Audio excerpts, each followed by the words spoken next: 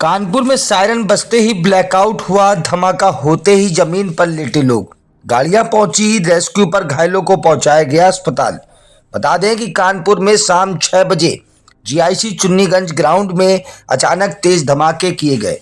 तेज आवाज से सायरन बजा, हवाई हमला होने का अनाउंसमेंट हुआ। इसके बाद मौके पर मौजूद लोग जमीन पर लेट गए और अपने कान को बंद कर लिया। कुछ ही देर में बिजली चली गई, ब्लैकआउट हुआ और चारों तरफ अंधेरा छा गया। कुछ देर बाद मौके पर एम्बुलेंस आई और घायलों को इलाज के लिए अस्पताल भेजा गया।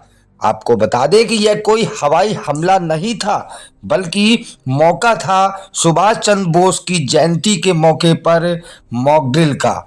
बताते चलें कि इस मौके पर जिलाधिकारी Jitendra Pratap Singh, ADM city doctor Rajesh Kumar, civil defence के volunteer, NCC cadets, fire department के अफसर व कर्मचारी मौजूद रहे।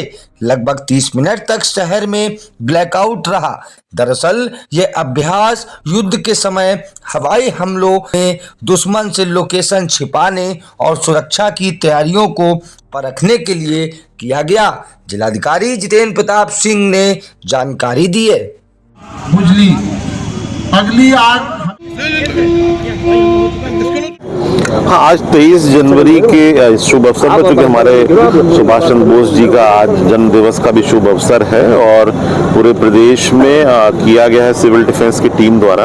और इसका उद्देश्य यही है कि कोई भी आपदा की परिस्थितियों में, अंतर्राष्ट्रीय परिस्थितियों में यदि किसी दुश्मन देश का कोई इरादा हो तो हमारे जो टीम है वो तैयार रहे। जो हमारे सशस्त्र बल हैं वो अपना काम करते ही हैं, परंतु नागरिकों का भी सुरक्षा का माहौल बनाए रखने में बहुत ही योगदान है।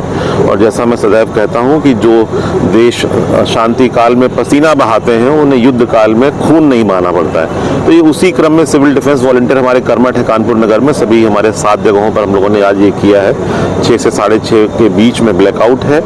लोगों को अगर कोई ऐसा होता है तो लोगों को घरों में शेल्टर लेना है। शेल्टर होने के बाद में सायरन की आवाज़ जब दोबारा नॉर्मल की बजेगी तो उसके बाद लोगों को घर से बाहर भी निकल सकते हैं। और जो हमारे बीच में डैमेजेस हुए हों, अगर कोई फायर के कारण से, मेडिकल कैजुअलिटी के कारण, तो मेडिकल कैजुअलिटी को इवैक्यूएट करना, हाई राइज बिल्डिंग से लोगों को नीचे लेके आना और जो घरेलू हमारे पास उपाय हो सकते हैं लोगों को उससे सेफली वहां से निकालना, ये सारी ट्रेनिंग दी गई है और कानपुर महानगर में एक्टिवली लोगों ने इसमें पार्टिसिपेट किया है।